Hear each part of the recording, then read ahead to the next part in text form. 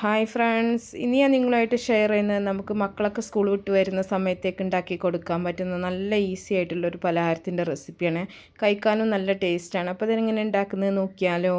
ആദ്യം തന്നെ ഒരു മിക്സിയുടെ ജാറിലേക്ക് ഒരു നേന്ത്രപ്പഴം കഷ്ണങ്ങളാക്കിയത് 2 ഏലക്കായ ഇട്ട് കൊടുത്തിട്ടുണ്ട്. ഇതിലേക്ക് 2 കോഴിമുട്ട ഒന്ന് പൊട്ടിച്ച് വയ്ക്കുന്നുണ്ട്.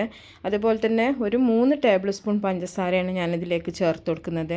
നിങ്ങൾക്ക് മധുരം അധികം വേണമെന്നുണ്ടെങ്കിൽ അതിനനുസരിച്ചിട്ട് നിങ്ങൾ പഞ്ചസാര ചേർത്ത് കൊടുക്കുക. ഒരു നുള്ളു ഉപ്പും കൂടെ ചേർത്തിട്ടുണ്ട്. എന്നിട്ട് നല്ല പോലെ ഇതൊന്ന് മിക്സിയിലൊന്ന് അരച്ചെടുക്കുക.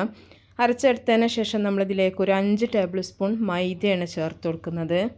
ഈ മൈദക്ക് പകരം വേണമെങ്കിൽ നിങ്ങൾക്ക് ആട്ടപ്പൊടിയും ചേർത്ത് കൊടുക്കാം കേട്ടോ. ഞാനിവിടെ മൈദയാണ് ചേർത്തിട്ടുള്ളത്. ഇനി അതിന് ശേഷം നമ്മളൊരു 1/2 ഗ്ലാസ് പാലും കൂടെ ഇതിലേക്ക് ചേർത്ത് കൊടുക്കുന്നുണ്ട്. ഈ പാലിന് പകരം വേണമെന്നുണ്ടെങ്കിൽ നിങ്ങൾക്ക് വെള്ളം ചേർത്ത് കൊടുക്കാം. പാലാണെങ്കിൽ കുറച്ചും കൂടി നല്ലതാണ്. വെള്ളം ചേർക്കുകയാണെങ്കിൽ കുറച്ച് ഓയിലും കൂടെ ആഡ് ചെയ്തിട്ട് വേണം ഇത് നല്ല പോലെ ഒന്ന് അരച്ചെടുക്കാൻ.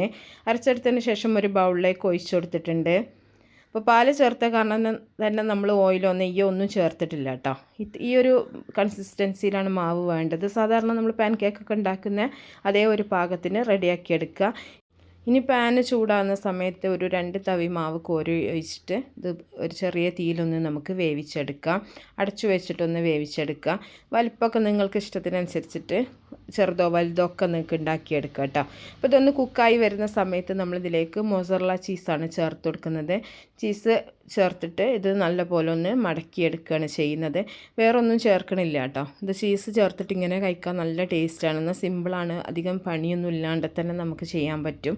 ഇനി നമുക്ക് ആ ഒരു സൈഡിൽ നിന്ന് ഈ ഒരു പാൻ കേക്കിനൊന്ന് മടക്കി കൊടുക്കുക. അതിനുശേഷം നമ്മൾ 2 ഭാഗം ഒന്ന് തിരിച്ചും മറിച്ചിട്ടിട്ട് ആ ചീസൊന്ന് മെൽറ്റാകുന്ന വരെ ഒന്ന് ചൂടാക്കിയെടുക്കുക. അപ്പോൾ അത് താനേ അങ്ങോട്ട് ഒട്ടിക്കോളൂ കേട്ടോ. ചീസുള്ള കാരണം തന്നെ പിന്നെ നമ്മൾ മറിച്ചിടുന്ന സമയത്ത് പുറത്ത് പോവുകയൊന്നും ചെയ്യൂല. അപ്പോൾ ഇത്രയേ ഉള്ളൂ. വളരെ ഈസിയാണ്, കഴിക്കാനും നല്ല ടേസ്റ്റാണ്. കുട്ടികൾക്കൊക്കെ ഒരുപാട് ഇഷ്ടപ്പെടും. വേണമെങ്കിൽ ഇതിൻ്റെ മുകളിൽ തേനൊക്കെ ഒഴിച്ചിട്ട് അങ്ങനെ വേണമെങ്കിലും കൊടുക്കുക. അപ്പോൾ എല്ലാവരും ഒന്ന് ട്രൈ ആക്കി നോക്കുക. ഇഷ്ടപ്പെട്ടാൽ തീർച്ചയായിട്ടും നിങ്ങൾ ലൈക്ക് ചെയ്യുക, ഷെയർ ചെയ്യുക, മാക്സിമം സപ്പോർട്ട് ചെയ്യുക. അപ്പോൾ നല്ല റെസിപ്പികളൊക്കെ ആയിട്ട് നമുക്ക് അടുത്തൊരു വീഡിയോയിൽ കാണാം. ഓക്കേ.